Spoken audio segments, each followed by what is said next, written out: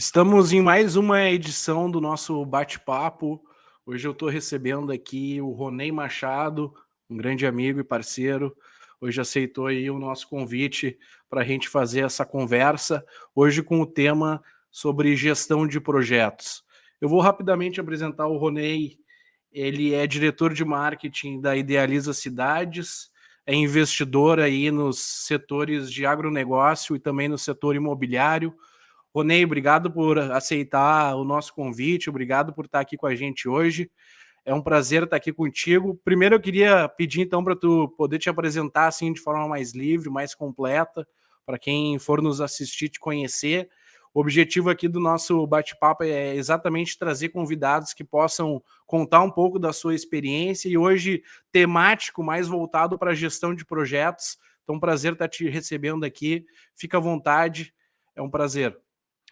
Muito obrigado, Henrique, pelo convite. Para mim é um prazer aqui estar compartilhando um pouquinho da minha história, um pouquinho daquilo que eu já percorri aí nessa carreira. Então, deixa eu me apresentar. Eu sou engenheiro agrônomo, sou aqui do Rio Grande do Sul. Me formei em agronomia, depois fiz uma caminhada dentro da universidade, trabalhando no Instituto de Pesquisa, na URGS, desenvolvendo projetos de pesquisa mais no setor acadêmico, num primeiro momento. Bom, quando chegando ao final aí da minha carreira acadêmica, percebi que o meu caminho não era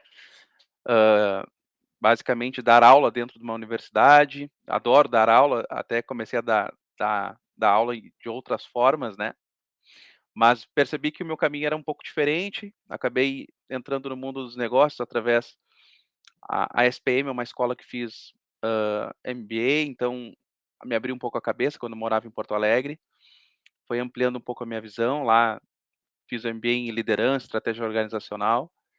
E a partir dali eu me abri um pouco mais e ampliei um pouco o meu leque, né, de atuação.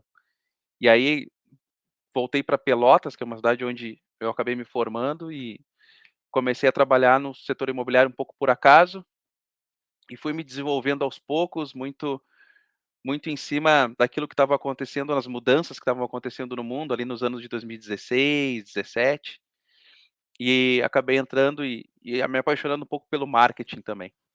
Então, entrei comecei a trabalhar numa imobiliária, dentro do setor aqui na região sul. Essa imobiliária cresceu, se desenvolveu, acabei me tornando uma parte, da imobiliária, importante, e acabei me tornando diretor-geral dessa imobiliária. Depois disso, vários convites foram surgindo, vários novos projetos foram aparecendo, então eu virei investidor e sócio de uma outra imobiliária. Fundei, e sou sócio atualmente também de uma startup no ramo do agronegócio. Então a gente começou esse projeto do zero, né, ele é um projeto novo, tá indo para 3 anos aí, que é a GranoSafe.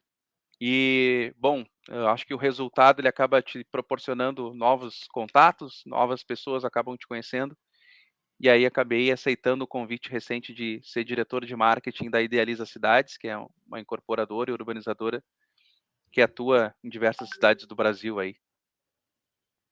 Legal. Ô, Ney, fala um pouco da tua relação com esse tema da gestão de projetos, né? Tu, pelo que eu entendi aí, trabalhou muito nessa área de marketing, certamente desenvolvendo muitos projetos nessa área, né? O setor imobiliário tem aquela característica que é muitos lançamentos, né? Um leque grande daqui a pouco de estoque ou de produtos a serem comercializados. Então, o setor imobiliário, eu nunca trabalhei diretamente, assim, né, mas a gente vê que é um setor que ele está muito alavancado em cima dessa de campanhas, de vendas, de novos lançamentos. Conta um pouco da tua experiência, não só nesse setor, mas com esse tema da gestão de projetos, e um pouco da tua visão sobre esse assunto. Perfeito, Henrique. Eu acho que o gosto e a visibilidade da importância de gestão de projetos, ele vem desde a academia, porque quando eu acabei fazendo mestrado e doutorado, no final eu tinha que elaborar um projeto, executar esse projeto e entregar dentro do prazo, né. Então o meu mestrado e o Sim. doutorado que fiz foi exatamente isso, né. Então, essa questão sempre esteve presente em mim e me ajudou muito, né, para depois, quando eu fui para o mercado de trabalho, conseguir ter uma boa noção de como estruturar um projeto, como fazer esse projeto andar e conseguir chegar no resultado esperado, né. Então, uma coisa que eu sempre tenho comigo é, antes de começar qualquer coisa, eu sempre, em qualquer área que eu atuei, era olhar para o problema que eu queria resolver, né, e que formas que eu tinha para resolver esse problema, né. Uhum, E e uma das coisas que sempre acho que me ajudou muito em todos esses anos, foi tentar, me cercar de pessoas que eram realmente competentes para tocar os projetos junto comigo, né. Então, eu sou aquele cara que sempre tento, eu sei que às vezes não é possível por N questões, mas sempre tento ter uma equipe, vamos dizer, sênior do meu lado, uma equipe realmente engajada e comprometida com aquilo que tem que ser executado, porque as coisas, acabam acontecendo muito no decorrer do projeto e as soluções vêm com uma equipe engajada e que tem uma experiência muito forte em cima do trabalho, né. Então, quando a gente uhum, vai para a área dos projetos que eu trabalhei, né, bom, na academia eu estava na URGS, que era um centro de tecnologia reconhecido no Brasil, até fora do Brasil, então a gente tinha contatos com pesquisadores de Stanford, pesquisadores de Harvard, então, o nível intelectual e de trabalho mesmo era muito forte, com boas ideias, com boas execuções, legal. para tocar os projetos, né. Hã, outra coisa que sempre, desde a academia, eu aprendi também, eh, a gente tinha muito contato com a minha orientadora, no caso, e no caso dos meus líderes no mercado imobiliário, e a gente tinha muita, como eu posso explicar melhor isso? Reuniões de andamento do projeto, né, com toda a equipe Uhum, para discutir prazo, o que que andou, o que que não andou. Quem já trabalhou com pesquisa sabe que dá muita coisa errada, então tem que estar sempre revendo como é que está andando o teu projeto, se o teu projeto está conseguindo contemplar aquelas hipóteses que tu estava apostando, se realmente a pesquisa está andando para frente. Muitas vezes, dentro do cenário de pesquisa, a gente tem que abortar a missão e daqui a pouco começar um novo projeto, porque não vai cumprir o prazo. Então a gente tinha muita avaliação em cima desses dados que a pesquisa ia nos gerando para tomar as decisões, né. E no mercado imobiliário e também no outro mercado do agronegócio não é diferente. Várias vezes a gente tinha uma hipótese, pensava de alguma forma em realizar aquilo que era o objetivo da empresa e acabava não realizando. Hã, Essa startup que eu comecei, que se chama Granosafe, a gente tinha várias hipóteses para ela começar, e se eu falar a ideia inicial, hoje não tem nada a ver com a ideia inicial, a forma como ela tá, né. A gente foi ajeitando de uma maneira muito flexível e muito rápida, e por se tratar de startup, tinha que ser assim, um baixo investimento inicial, né. uhum, A gente começou sempre pequeno, né, isso é uma dica que eu dou para quem tem negócio, para quem quer começar um projeto, né, e hoje cada vez mais as mudanças estão te obrigando a isso, tu tem que fazer uma reavaliação muito rápida e ter essa capacidade de ser flexível na tua tomada de decisão baseado naquilo que está acontecendo. Então, tanto na imobiliária, uma coisa que era muito importante, a comunicação era muito rápida e fluida, né. Então a gente não tinha uma hierarquia muito grande. Hoje eu estou na Idealiza. A Idealiza é uma empresa que tem 400 funcionários e a comunicação dela, ela é extremamente rápida, eu não preciso falar com mais de uma ou 2 pessoas para tomar uma decisão.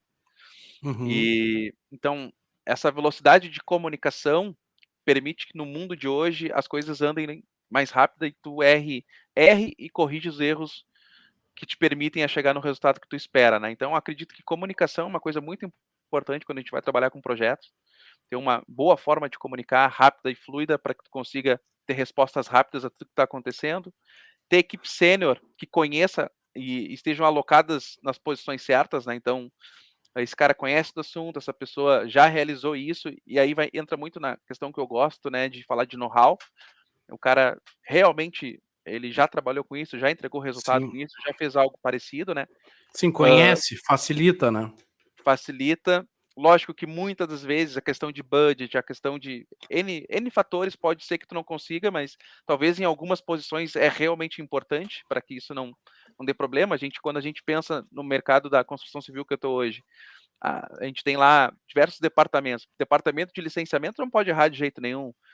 departamento jurídico não pode errar de jeito nenhum, ali não é permitido erro. Quando a gente vai para o marketing, já tem uma certa flexibilidade, tu já pode testar mais, experimentar. Então, dependendo muito daquilo que de qual projeto tu tá alocado, do que tu precisa, tu tem que cuidar bem quem é que tu aloca em cada uma das posições para correr menos risco, para que tu não tenha problema no futuro, né. Sim.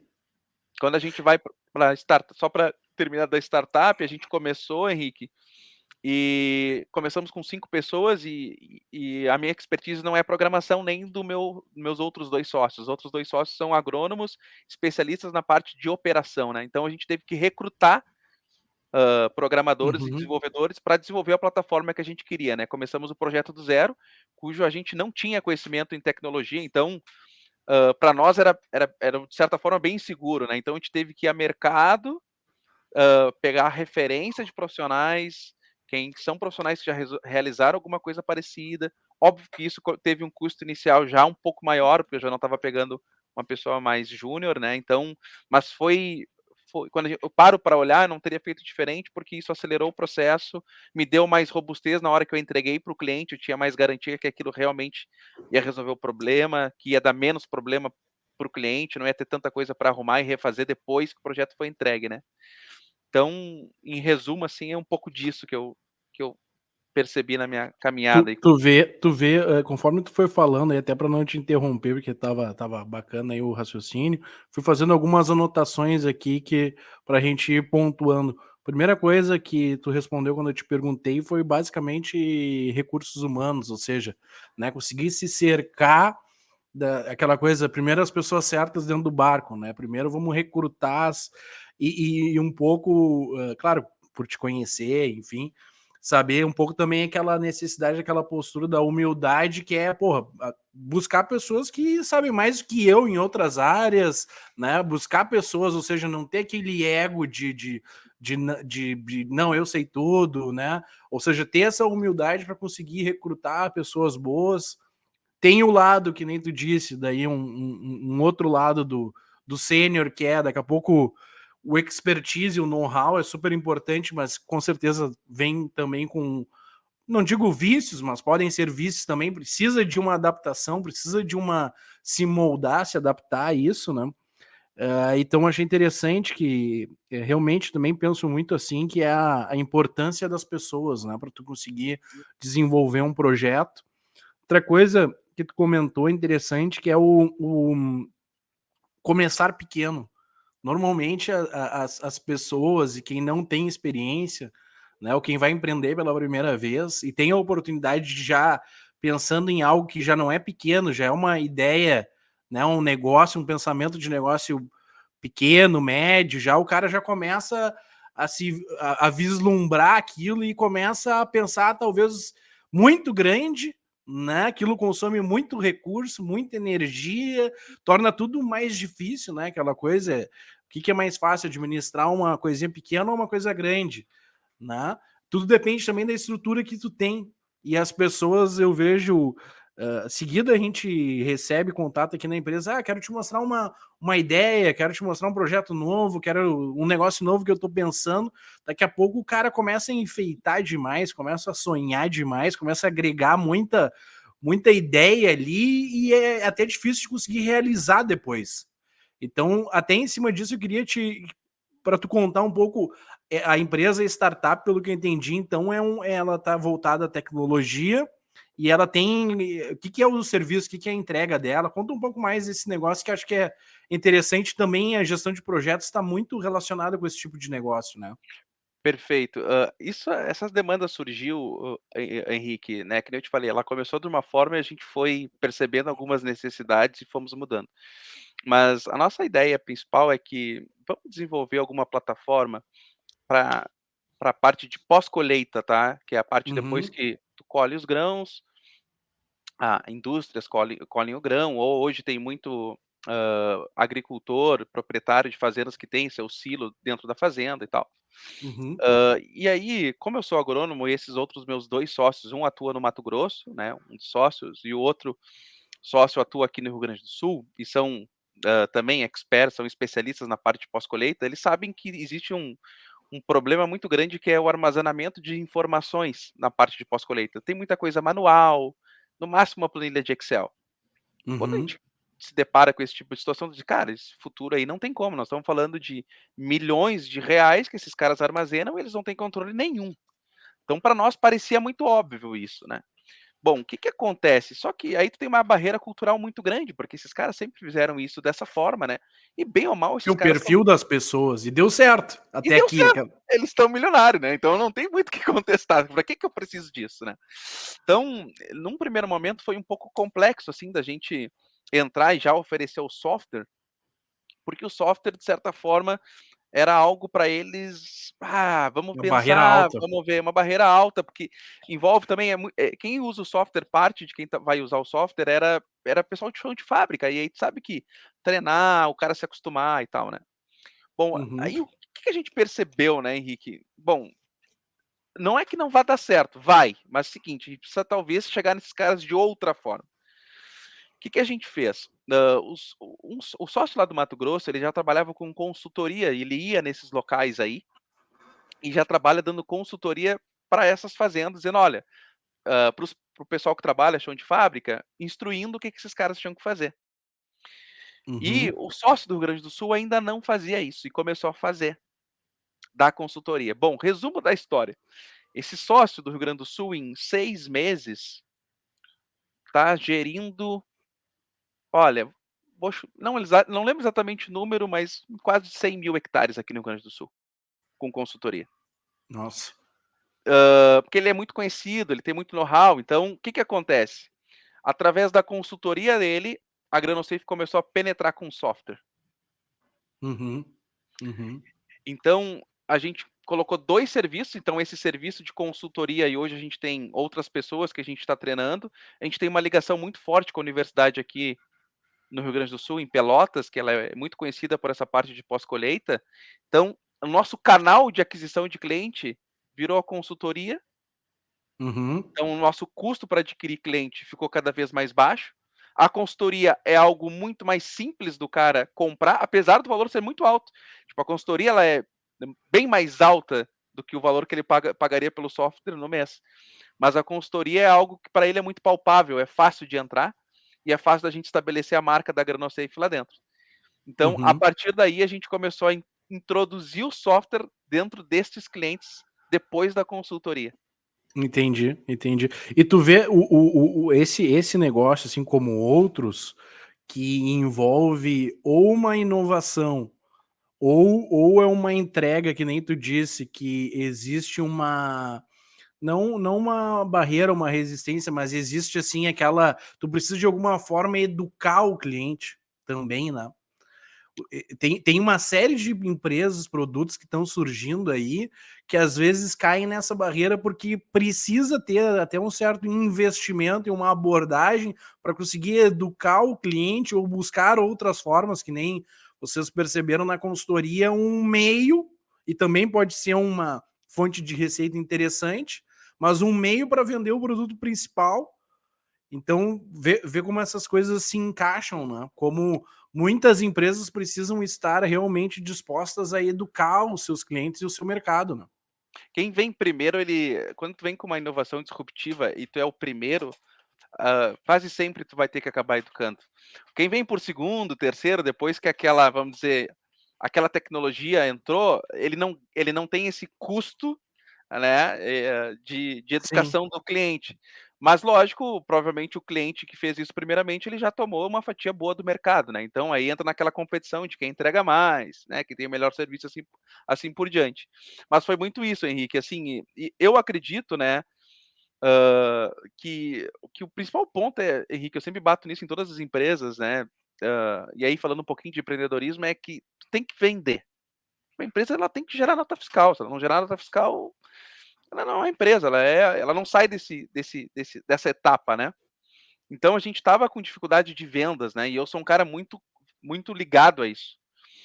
Sim. E então eu estava tentando achar qual era o canal que eu ia conseguir chegar no meu cliente para que esse projeto saísse do papel e virasse um negócio, né. Esse era o nosso principal desafio, né, porque a gente já tinha a plataforma, ela já estava lá sendo utilizada por poucos clientes, mas ela não conseguia estar colocando clientes seguidamente por mês, com aquela mais ou menos meta que a gente tinha de vendas.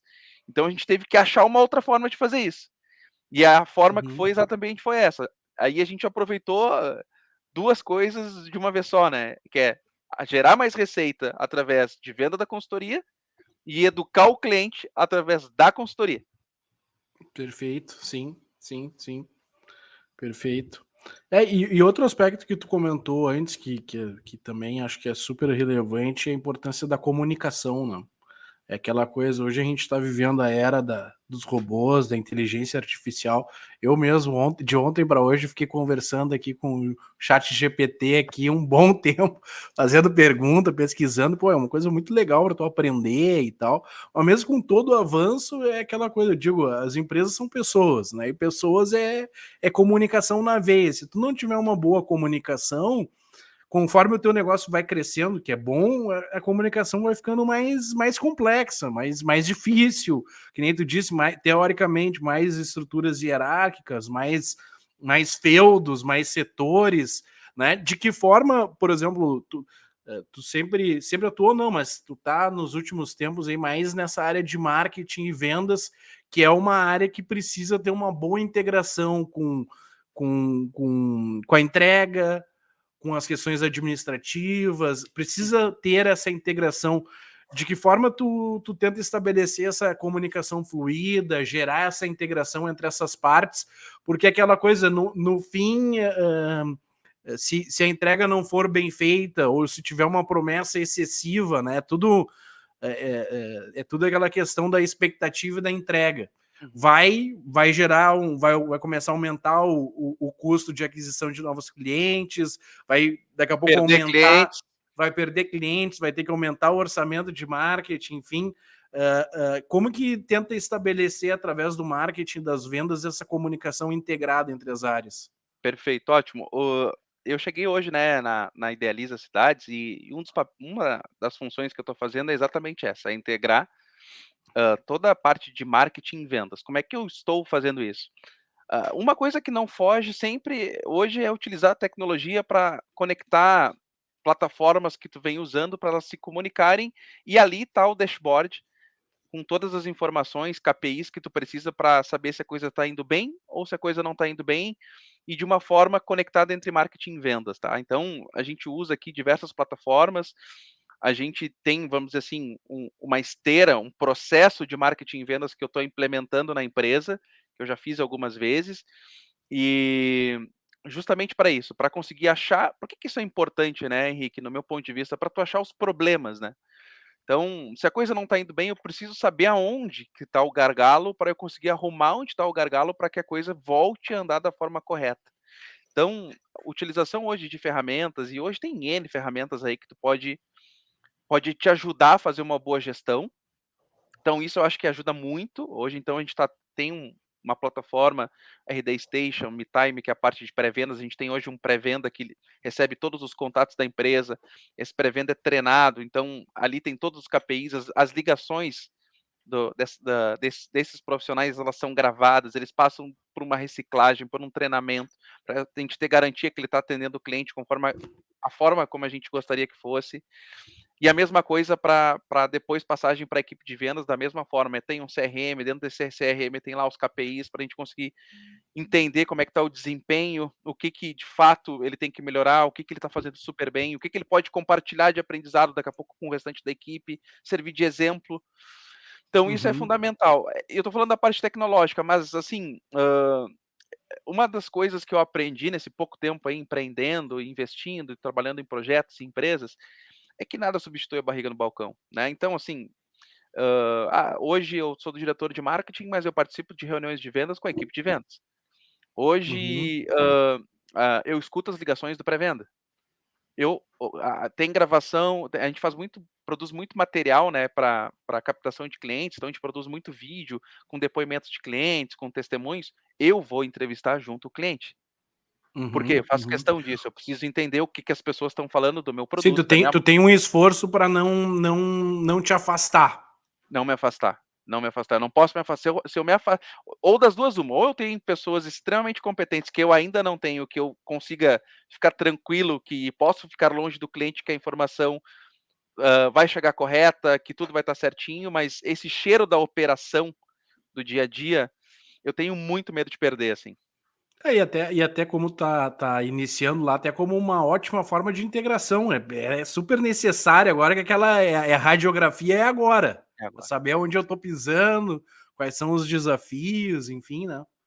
Exatamente. Então, eu acho que é uma das minhas cara e eu gosto, assim, sabe, tipo, quando eu vou eu faço isso na Idealiza, que é uma empresa de grande porte aí, eu faço isso também, né, apesar de eu ter lá uma equipe que toca o marketing junto comigo, mas, cara, tem a oportunidade de eu participar de alguma coisa que tá junto com o cliente, se eu tô com o tempo, cara, eu vou porque eu quero ver como é que andam as coisas, e até para ter ideias de novas campanhas, de novos projetos, isso tem que vir da boca do cliente, é mais coerente quando tu vai propor alguma coisa, né. Uhum, uhum. Perfeito, perfeito. E dos projetos aí dos últimos anos que tu lembre, sempre tem os de sucessos, os fracassos, as falhas, né, aquela coisa, a gente aprende muito com as falhas, melhor ainda se for dos outros, né, não for a nós. E como que conta, assim, como é que foram, assim, os últimos projetos, que deram certo, aqueles que não deram tão certo, ou também que nem tu disse, conseguir identificar os problemas, às vezes os problemas, eu vejo, assim, quando as pessoas se satisfazem facilmente com certas respostas, elas acham que encontraram o problema. Mas na Uhum. verdade, muitas vezes encontraram uma parte do problema, um sintoma, né, não é aquilo realmente que está gerando o problema, aquilo já é consequência de uma falha anterior. Como é que explora essas coisas no dia a dia, até para que é um pouco. Claro, depende da cultura, etc, do ambiente, para não virar também aquela coisa desconfortável, né, não virar um caça às bruxas. Como é que consegue ter uma conversa legal sobre os momentos de falhas e como é que consegue aprender em cima disso? Ótimo, assim, eu vou dar 2 exemplos que aconteceram comigo, um legal que deu tudo certo, outro que realmente foi bem complexo passar por essa turbulência e demorou para sair dela. O primeiro, logo que eu cheguei no mercado imobiliário, eu já estava com conhecimento em cima do que eu não gosto de separar, mas eu vou separar mais por didática, de marketing digital, vamos dizer assim. E eu entrei no mercado imobiliário e eu sou um cara que eu faço muito isso, eu sempre trago novidades de outro setor e adapto para dentro do setor onde eu tô. Uhum, Então uhum, eu trouxe um formato de trabalho de campanhas, de captação de leads, enfim, diferente para um determinado lançamento, de alto padrão na cidade de Pelotas. E foi um sucesso, assim, a gente conseguiu vender no dia do lançamento 17 apartamentos de alto padrão, e isso, para quem é do mercado aqui na região, sabe que isso é, tipo, é alguma coisa de muito diferente que aconteceu para esse cara, para eles conseguirem fazer esse resultado. Normalmente se vende 4, 5, 6. Olha, vender 10 já era uma coisa surreal, vender 17 então nem se fala. uhum, Então, por que que deu certo esse projeto? Porque primeiro que ele foi feito com bastante antecedência, então a gente começou a fazer um trabalho de prospecção de clientes bem antes de chegar o dia do lançamento. uhum, Segundo, a gente trouxe uma inovação, algo diferente daquilo que o mercado estava acostumado a fazer. Então a gente trouxe, campanhas digitais, a gente trouxe um material publicitário com mais eficiência, que realmente chamou atenção e despertou curiosidade das pessoas. Tinham pessoas capacitadas para executar isso, então todo o material que foi produzido era com extrema qualidade, foi muito bem pensada a campanha, e que realmente atraiu as pessoas por curiosidade e o produto era bom. Então, quando tudo isso estava alinhado, a gente conseguiu ter atração, captar cliente, conseguimos trazer esses clientes para dentro da nossa imobiliária e tinha uma equipe de vendas preparada para converter isso em vendas. Então, uhum, essa equipe de vendas era treinada, conhecia muito bem o produto, muito bem a construtora, e isso resultou nesse resultado de 17 vendas. Pra ter ideia, essas 17 vendas representam em valor geral de vendas, que a gente chama VGV, em torno de uns 10, 12 milhões. Tá, uhum. comissão pegar, o mercado imobiliário, a comissão disso é 6%, 6% é o que entra para dentro da imobiliária. Isso em 40 dias de trabalho. Para esse cenário em Pelotas era algo bem Uhum. bem surpreendente. Então esse projeto deu muito certo, então, por esses motivos que eu falei, inovação, tempo para desenvolver o projeto, pessoas capacitadas Sim, para esse executar o projeto. planejamento prévio, né. Exatamente, exatamente. Bom, vamos falar do que não deu certo agora, o que que acontece? Às vezes, Henrique, uma das coisas que eu li um livro do Jim Collins que eu me esqueci o nome do livro, mas é um livro que fala das empresas que chegaram no sucesso e fracassaram, me esqueci exatamente o nome do livro. Ele tem algumas obras que ele trata disso, feitas para vencer, feitas para durar. É o outro, que é Por que as empresas morrem ou empresas caem, Ah, alguma coisa tá. assim. Aham, aham, aham. E o que que acontece, eu me lembro que em 2019, o meu nome começou a ser muito falado e eu comprei esse livro. Porque eu estava começando a ficar com medo, porque o sucesso ele te causa isso, né, tipo assim: "Cara, todo mundo tá falando que eu fiz um bom trabalho, que eu fiz um bom trabalho", e aí tu começa a ficar com medo, porque as pessoas começam a esperar coisa de ti que daqui a pouco que tu acha que tu é mágico, né, cara. Mágica, mágica. Então tu começa a ficar inseguro e tipo: "Cara, eu não sei se eu vou conseguir repetir esse trabalho de novo", então, eu me lembro que eu comprei esse livro em 2019. Bom, comprei em 2019 e deixei ele guardadinho. Chegou 2020, pandemia, o mercado imobiliário aqui pelo menos continuou bombando. Chegou 2021, foi um bom ano, mas sabe quando alguns sinais dizem: "Cara, isso aqui vai virar, isso aqui não vai continuar como tá". Se a tendência daqui pra frente é diferente do que chegou Do até aqui. Sinal Exatamente, amarelo. e sinal amarelo. E o que que acontece, cara,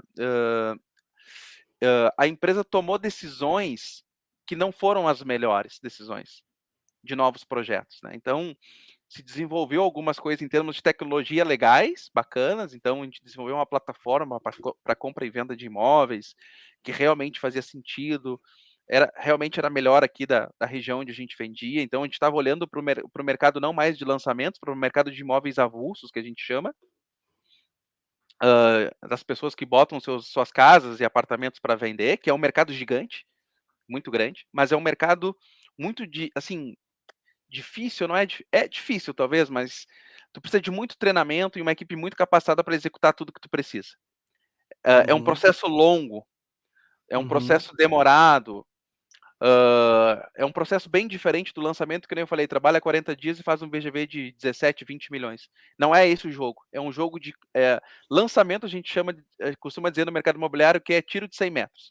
Venda de imóvel usado é maratona, e não é todo mundo que corre maratona. E aí tu Uhum. ter as pessoas certas para correr a maratona é muito difícil fazer. E aí o que que acontece? Esse projeto não E caro. tracionou. E caro. E esse projeto não tracionou. E aí foi foi selecionado pessoas também que não tiveram a capacidade de executar o projeto. E que não tinham a cultura da empresa.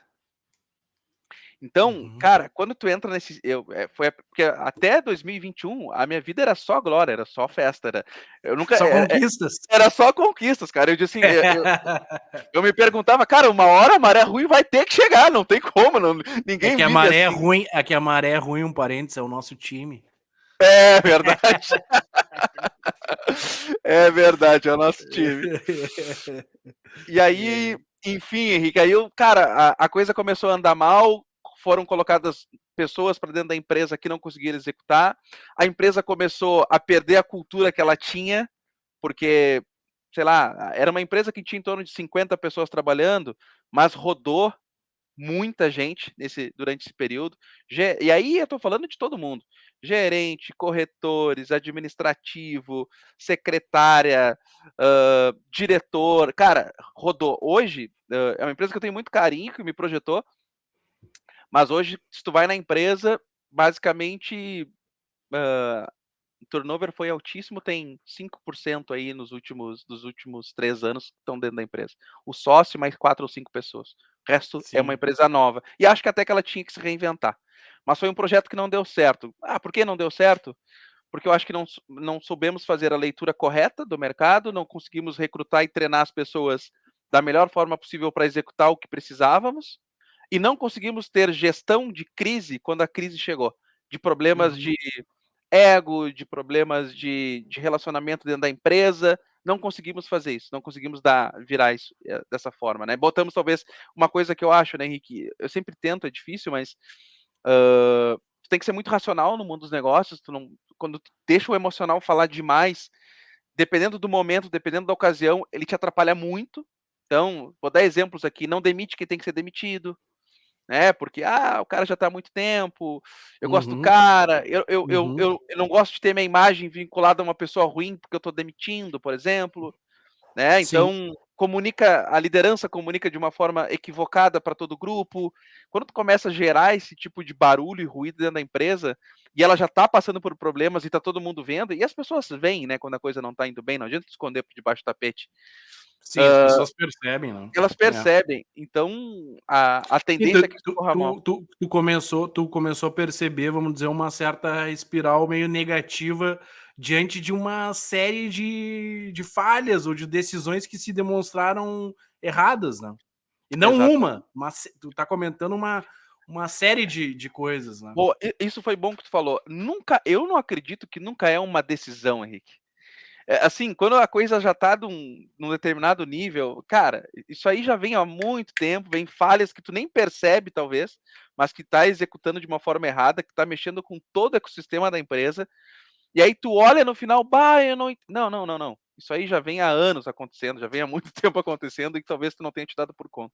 Não acredito Sim, naquela coisa, aconteceu uma coisa lá e claro, a não ser um covid da vida, sei lá, que aconteceu e aí daqui a pouco mas sim, sobrenatural. tirando isso, cara, não. É que tem aquela coisa, que nem a relação com o futebol, às vezes o treinador erra, erra, erra e o time ganha. Bom, né, daí ninguém fala nada e tal. O problema é quando vira, né, quando não ganha e Sim. aí além do tu tem o resultado que é negativo e tu tem toda essa carga que vem junto que gerou esses resultados, né, essas decisões que geraram esses resultados. Tu E vê isso pode pode falar, falar, pode pode falar. não, o que eu ia dizer é uma frase, tá, falando de futebol e associando, eu me apropriei para o mundo dos negócios. É uma frase do Roger Machado. Ele diz que os problemas começam e terminam dentro de campo. E eu o que eu adaptei para o mundo dos negócios os problemas começam e terminam nas vendas. Porque é o seguinte, provavelmente boa parte dos problemas que a gente tinha, já existiam, só que a empresa Uhum, vendia muito bem.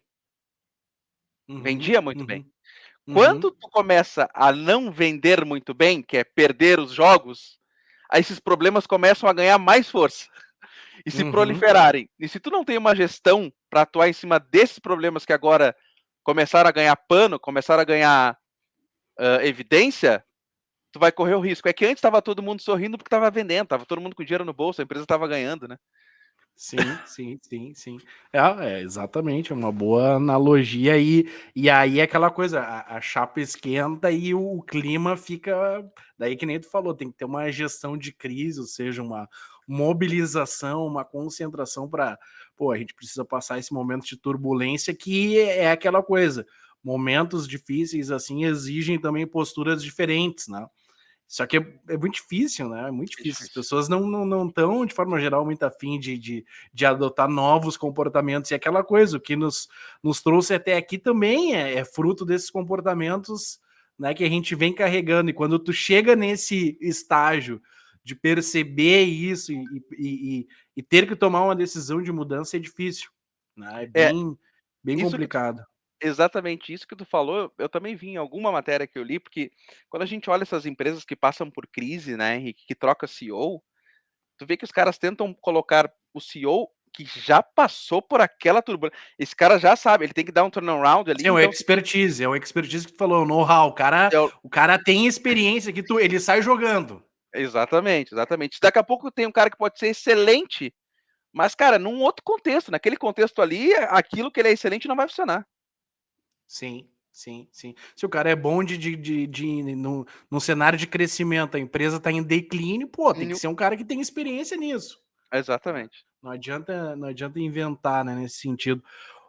Queria te perguntar, pedir para tu comentar sobre valorizando mais ainda esse aspecto da comunicação na gestão de projetos, como é que se deu para ti a adaptação, por exemplo, dessa questão da pandemia?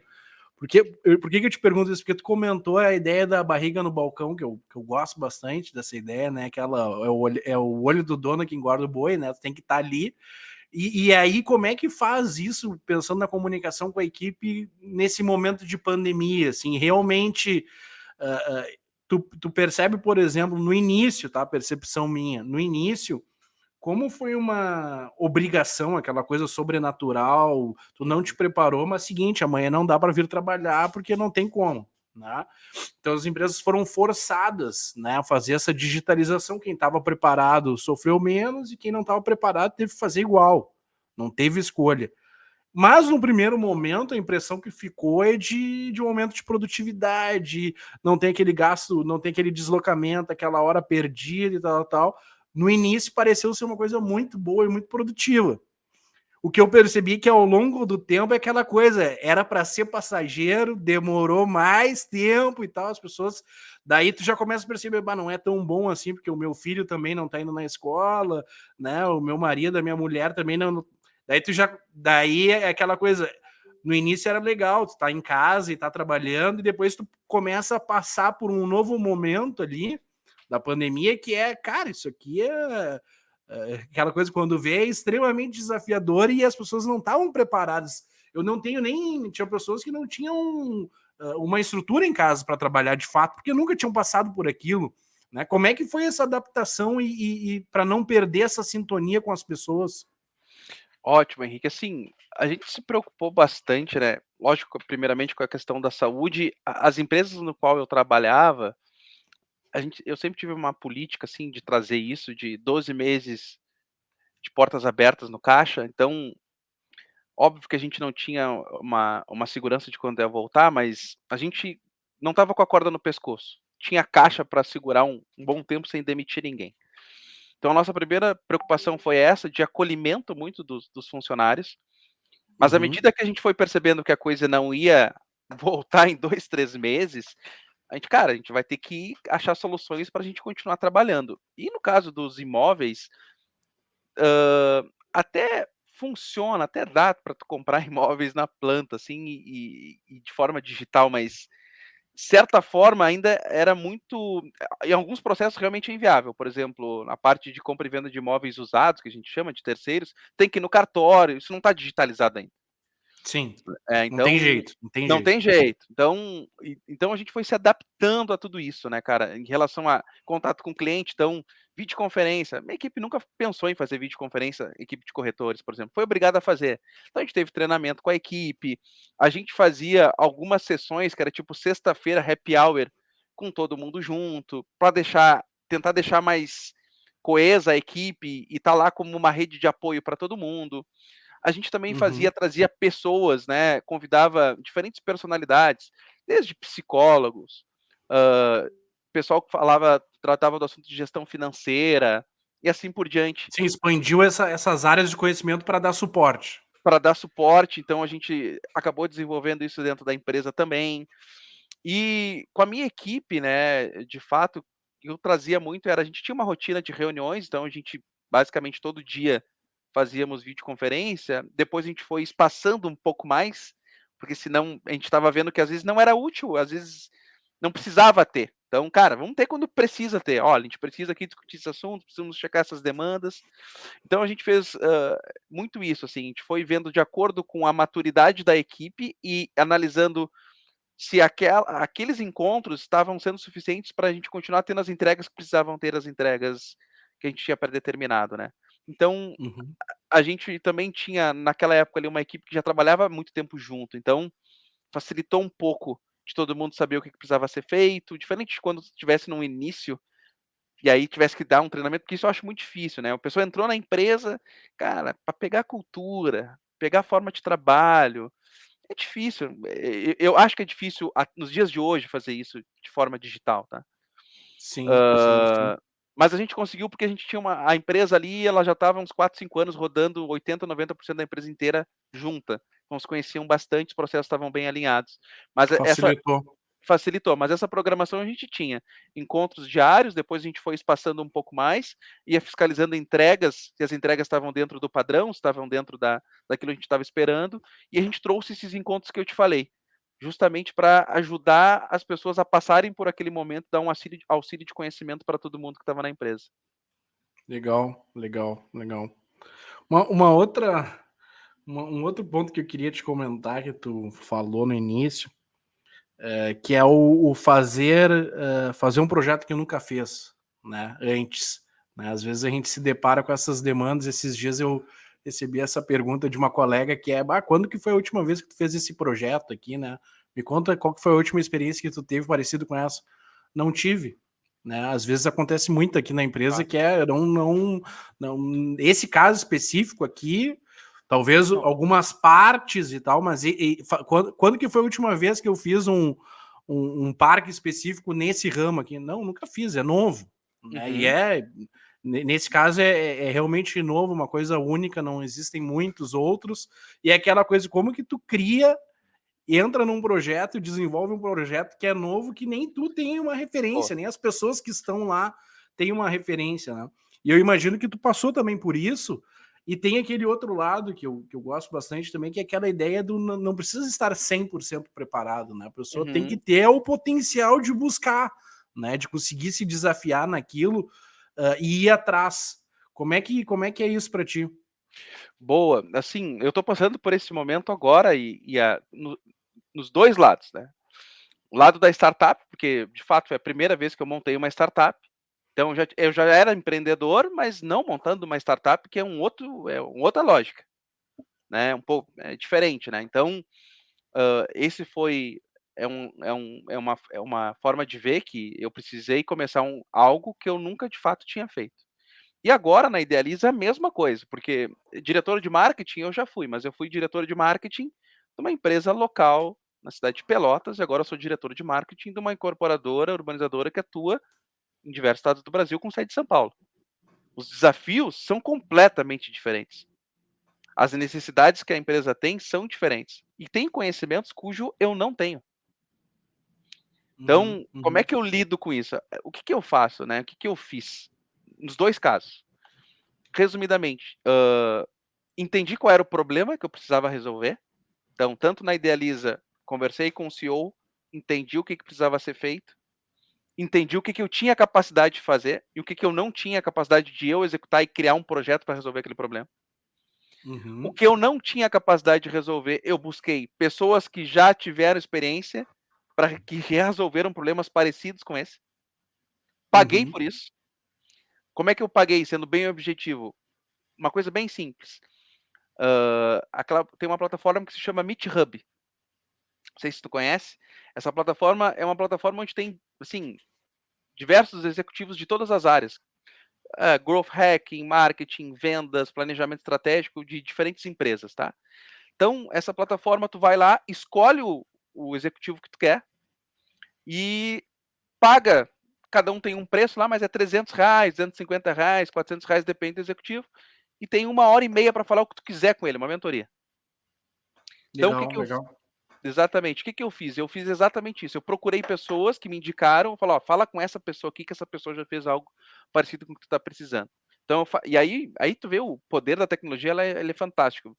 Hã, em 2 dias eu estava falando com que hoje ela é diretora de marketing da Unicom, uma EdTech, que trabalha com reconhecimento facial, mas ela foi durante 14 anos diretora da Procter& Gamble Brasil. Então, por que que eu procurei ela? Porque eu preciso desenvolver uma marca corporativa mais forte da Idealiza, no cenário brasileiro. E ela Uhum, fez uhum, exatamente isso com a Procter& Gamble. Bom, final da história, ela me dá vários feedbacks, me adiciona no WhatsApp e começa a conversar comigo. Então, essa capacidade que a tecnologia tem, uma pessoa que talvez eu, sei lá, se um dia eu conseguir conversar, tive a oportunidade de conversar de uma forma simples, paguei R$ 300, mas R$ 300, Ronei, 1h30 eu pagava 1.000. Vale, sim, entende? sim, sim, Valeu sim, a sim. pena. Fora as indicações que acabou me surgindo dali, e enfim, as coisas começaram a andar, né. Então, eu faço isso. Quando eu não tenho aquele conhecimento, eu busco pessoas, de alguma forma, peço indicações, pego mentoria, vou em algum local onde eu sei que essa pessoa tá, para começar a fazer network, para conhecer ela, busco referências para me ajudarem a desenvolver aquele projeto cujo eu não tenho expertise total. Para daí sim, Uhum. junto com um pouco do meu conhecimento, com um pouco do conhecimento da empresa, com essas pessoas, aí a gente começa a desenhar aquilo que precisa ser feito. Sim, sim, sim. Sim, é perceber que existe um gap, né, entre o desafio e a capacidade que tem, que pode ser em uma pessoa, numa equipe, identificando o gap e, bom, agora é de que forma a gente resolve isso aqui, né? Como é E que a gente assim, vai atrás para completar esse gap de conhecimento, de experiência, né? exato. E o que que acontece? Normalmente, assim, se a empresa não fez ainda, é porque ela não tem o conhecimento para alguém não teve aquele conhecimento para fazer, né, tipo, ele não conseguiu, pode ser outros motivos, mas nunca saiu esse projeto, ele nunca foi tentado, é porque ninguém dentro da empresa enxergou isso e teve conhecimento para implementar isso. Sim, Então, o que que eu busco fazer? Cara, se eu não tenho, eu vou ter que ter esse desenvolvimento, esse conhecimento em algum lugar. Se não tem dentro da empresa, eu vou ter que buscar fora. Alguém tem esse conhecimento, eu vou atrás dele, e aí em cima desse conhecimento eu vou tentar criar o melhor projeto possível para que seja executado, e isso minimiza o teu erro, porque como essa pessoa já teve uma certa experiência, ela vai te dar alguns caminhos, vai te dizer que algumas coisas tendem a não funcionar por esse e esse motivo, essas coisas tendem a funcionar melhor, então tu vai conseguir daqui a pouco mapear alguns desafios e trazer eles para tua realidade para errar menos e correr menos risco, né. sim, sim. Perfeito, perfeito. Um outro ponto que eu queria resgatar em cima do que tu comentou, que é sobre a tomada de decisão sobre a questão emocional. Eu até, nesse sentido aí, recentemente eu comentei para um cliente, exatamente nessa linha que era, cara, quando tu vai tomar uma decisão, claro, quanto mais racional ela for, melhor. Mas eu te dar uma dica, eu disse para ele. O primeiro pensamento que tu tem que ter é emocional no sentido de qual que é a minha relação emocional com esse problema aqui, com essa decisão aqui. Porque daqui a pouco, se tu não te der conta que existe essa relação emocional, tu vai facilmente cair nesse erro e não vai nem perceber. Então, o primeiro racional é ser emocional e dizer assim, não, pô, isso aqui eu realmente tenho envolvimento emocional, aqui é uma decisão difícil. Pô, isso aqui tu pode, que nem, da mesma forma que nem tu fez, buscar conversar com alguém, né, incluir outras pessoas nessa decisão, buscar outros pontos de vistas, né, aquela coisa realmente que nem tu disse, para muitos empresários, bah, como é que eu vou demitir esse cara que tem X anos de casa, né? Tem momentos, tem decisões que são delicadas, né? E quem empreende sabe e passa por isso, né? E tu, nas tuas experiências, tu sempre teve um contato com CEOs, com empresários, proprietários. Como ter essa conversa, né? Porque tem um cara técnico, né? Tem um cara especialista. Como que leva certas decisões, como que faz essa interação com aquela pessoa que daqui a pouco, claro, não tem a perspectiva que tu tem técnica, especialista no assunto, né? E tem, e por outro lado, ele, por ser o proprietário, tem uma relação emocional com o negócio que é, claro, por ser dono, enfim, como é que tenta ter um diálogo que seja produtivo, seja profissional, tentando, tu como profissional, tentando ajudar essa pessoa que tem também esse envolvimento emocional com o negócio. Eu já tive, que nem tu falou, já tenho contato, né, até hoje com diferentes líderes aí, proprietários de empresas, né, e cada um realmente é de uma forma diferente na comunicação e na forma de interagir com esses dilemas e como é que eu resolvo eles, né. E como eu acho que eu adquiri um pouco dessa minha característica muito pela pesquisa na parte acadêmica, né, de ser dados e fatos, né. Então, hã, o que eu sempre tento fazer é botar os fatos na mesa e tentar mostrar: "Olha, há uma probabilidade grande disso acontecer se tal coisa for caminhada desse jeito, por causa disso, disso, disso, isso já aconteceu. Quando a gente faz dessa forma, tal resultado não vem. Se a gente não toma essa determinada atitude, isso acaba não acontecendo". Porque daí o que que eu estou fazendo? A responsabilidade é sempre tua, mas eu deixei claro para ti a minha percepção e a minha visão e a consequência que isso pode trazer. Não sou o dono da verdade nem nada, mas o diagnóstico eu sou obrigado a trazer para ti, isento de qualquer coisa. E muitas vezes trago o diagnóstico que às vezes era até contra mim, até não me favorecia. Tipo assim, cara, é melhor fazer Sim, isso. sim. Seria Querendo mais cômodo, deixa como tá, ou deixa para depois. Vamos lá, a gente teve uma época quando a empresa não estava bem, tinha que demitir pessoas, né. Quem que a gente demite? Como é que a gente estabelece esse critério de demissão? Porque Uhum, vai ter que demitir o pessoal, tem o diretor administrativo, tem o diretor financeiro, tem o diretor de marketing, tem o diretor de vendas. Tá, quem é que vai perder a equipe aqui?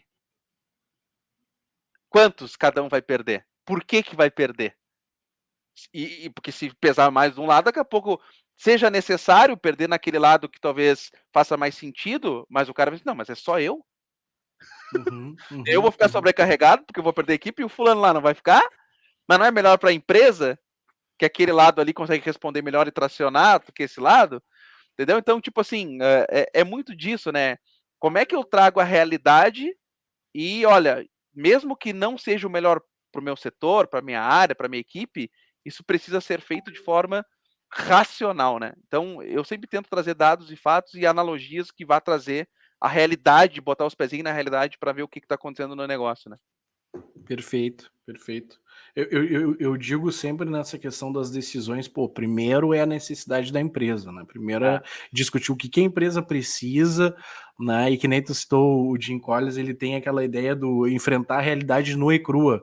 Cara, tem que enfrentar, não adianta tentar se esconder, se iludir, né.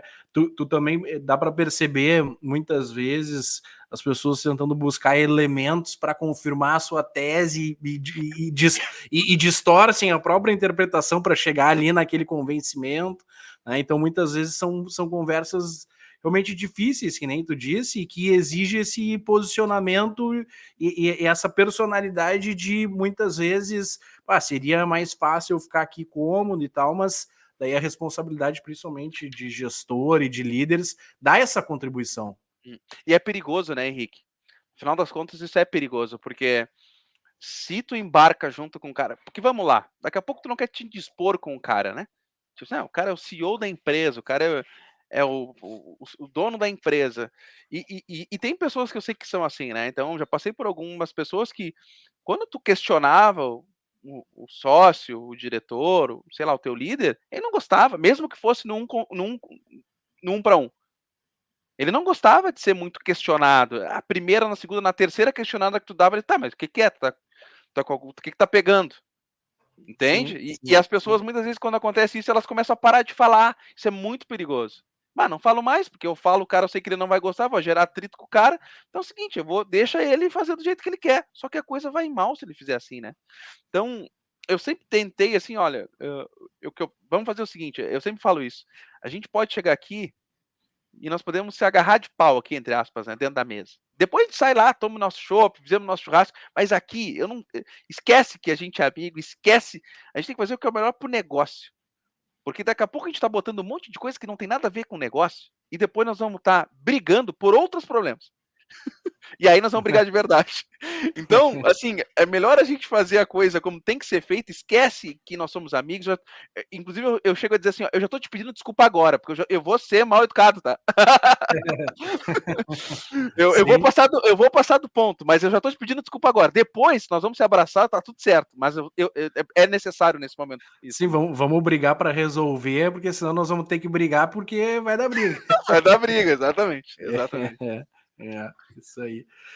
Ô Ney, para a gente encerrar ou encaminhar o nosso encerramento, até para não tomar muito mais o teu tempo, e certamente, como a conversa é boa, nós vamos ter que marcar outras edições. Eh, Fala um pouco dos desafios que tu vê na gestão de projetos, ou pessoalmente, ou geral no mercado, assim, quais são os grandes desafios que tu vê hoje para ter uma boa gestão de projetos? E eu costumo dizer assim, eu gosto dessa disciplina porque, diferente da gestão no geral, que às vezes é muito subjetivo, ou muito complexo, muito distante, né, parece algo só de diretoria, só de conselho, a gestão de projetos, ela traz aquela ideia de como que eu posso de fato planejar um projeto, executar ele, entregar ele, ou seja, tem um objeto que não é a empresa no geral, é um objeto específico, um projeto específico, uma finalidade específica. Fala um pouco dos desafios que tu vê sobre a gestão de projetos para realmente ter sucesso e chegar nos resultados esperados e agregar valor para a empresa. Eu acho que o primeiro desafio que eu acho que muitas vezes não é feito um bom diagnóstico, no início do projeto, tá. Então o Uhum, projeto, vamos dizer assim, entre aspas, ele já nasce errado, já nasce meio torto. tá, porque não é feito Uhum. um bom diagnóstico, não é feito um bom planejamento, não é feito um bom levantamento de dados, do contexto, do que precisa ser desenvolvido, no que precisa ser feito, então muitas vezes isso acontece, e aí corre mal, vai correr mal, a tendência é que corra mal. Esse é acho que é um desafio. O outro desafio é que o mundo está mudando numa velocidade gigantesca, então tanto a velocidade de comunicação, que foi o que a gente falou, quanto a capacidade de revisitar e ajustar a rota é cada vez mais frequente, mais necessária, para que tu não perca o timing, para que tu não perca a mão em cima das mudanças que estão acontecendo, independente do projeto. E antes, acho que há alguns anos atrás, isso é mais para a área X. Não, não. Hoje isso é para qualquer área, meu amigo. A velocidade das coisas estão muito rápidas, né, as mudanças. Então, uma boa frequência para avaliar andamento de projeto, cenário, a rota, redefinir rota, avaliar a entrega, é preponderante. Isso tem que ser cada vez mais frequente, e porque senão pode perder a mão no projeto, né, com Uhum, isso. uhum, E a uhum. última que eu falo, e aí entra naquilo que a gente conversou bastante, é conseguir gerir e ter pessoas capacitadas para tocar o projeto e fazer a execução dele, né. Sim, sim. Porque aqui a gente trabalha com obra, né, na Idealiza. Bom, é um projeto, cada empreendimento é um projeto que tu tem data de lançamento, desenvolvimento do projeto, do produto. Então como é que tu vai desenvolver esse produto, por que que tu tá desenvolvendo esse produto, para quem que é esse produto, né, como é que tu vai vender esse produto, por que que o marketing desse produto tem que ser desse jeito. Então, toda a Uhum. parte de planejamento, e aí depois quando lança o produto, tu vai para obra. E essa obra tem que ser entregue no prazo, tem um contrato para que vai junto com o cliente. Como é que eu vou garantir que porque daí vai acontecer 500 coisas, né, no meio, vai chover, vai ter covid, né, vai ter cliente que daqui a pouco desistiu, vai ter que vender de novo, porque teve distrato da unidade. Então, como é que eu vou conseguir gerir tudo isso, analisar essa situação, para conseguir entregar esse projeto dentro do prazo, conforme o combinado em contrato, né. Então, precisa ter uma equipe muito qualificada, com muita gestão em cima dessa equipe, para que tudo aconteça como foi pré-determinado no início, né. Sim, sim. E fechando tu comentou essa, realmente acho que é importante essa agilidade da análise, da quando necessária a mudança da rota, e aí o link também que tu falou antes, a importância dos indicadores, né. Não preciso fechar lá os números no final do mês para saber que o negócio não está bem, eu tenho que saber bem antes, senão é tarde demais. Então, até na própria experiência que tu foi contando, percebi que tu te utiliza muito disso, né, dashboard, indicadores, ou seja, tá metrificando ali, tá medindo ali, não só o resultado final, mas o que tá nesse meio tempo aí, para conseguir diagnosticar bem as situações, né, e aí as necessidades de mudança. Exatamente. Hoje, toda a parte de marketing e vendas, né, onde eu atuo mais, tudo é metrificado. Rony, o que que é metrificado? Número de leads que entra por mês, quanto que é o budget investido, qual é o meu custo de aquisição que eu tenho, quantas ligações o meu pré-venda tem que fazer, em média, por semana, para conseguir gerar tantas visitas no mês. Bom, se eu já sei que aquela semana, daqui a pouco, ele não está conseguindo chegar no número de ligações, minha venda vai cair lá na frente. Como é que eu vou Uhum. tomar uma atitude para mudar esse cenário e que ele consiga, no final do mês, chegar no resultado que a gente balizou como meta, né. Então, os indicadores me permitem tomar ações e tomar algumas atitudes no meio do caminho, para que eu corrija a rota e consiga chegar no objetivo, né. Então, tem alguns indicadores que eu olho diariamente, e alguns indicadores que eu olho semanalmente, basicamente. E assim, não são muitos. Às vezes, eu pelo menos olho 5 indicadores, não mais do que isso, porque senão daqui a pouco tu tem 10, 12 indicadores, daqui a pouco tu não tá enxergando nada, tu tá com um monte de número na frente. Então esses 5 indicadores é que, cara, com esses 5 aqui eu consigo saber se o negócio tá indo bem ou não tá indo bem. Se tá indo no caminho Uhum. certo ou não tá no caminho, lógico. Aí tu cascateia para debaixo da equipe, eles têm outros indicadores que eles estão vendo de acordo com o seu nível, né. Então, Sim. mas ninguém tem mais do que 5 ou 6 indicadores. Todo mundo tem esses indicadores, porque eles são chaves, né. Indicador-chave não pode ser 20 indicadores, aí não é indicador-chave, aí é um monte de métrica que tu tem ali, né. Sim, é a história da priorização, daí se tem É. mais de uma prioridade, não, qual que é a Não, prioridade? verdade. Exatamente, exatamente. Excelente. Ronei, obrigado pela tua disponibilidade, tua participação. Prazer ter te recebido aí. Foi muito bom o nosso bate-papo aí. Vamos disponibilizar para o pessoal e certamente vamos ter que fazer uma próxima edição, uma segunda, quem sabe uma terceira. Enfim, aquela coisa, se a gente ficasse, se a gente tivesse a noite inteira aqui, ia ter papo para tudo isso. Muito bom, obrigado mesmo, te agradeço de coração. E ficamos aí para agendar a nossa próxima edição, né? Obrigadão, valeu. Eu agradeço. Abração, Henrique.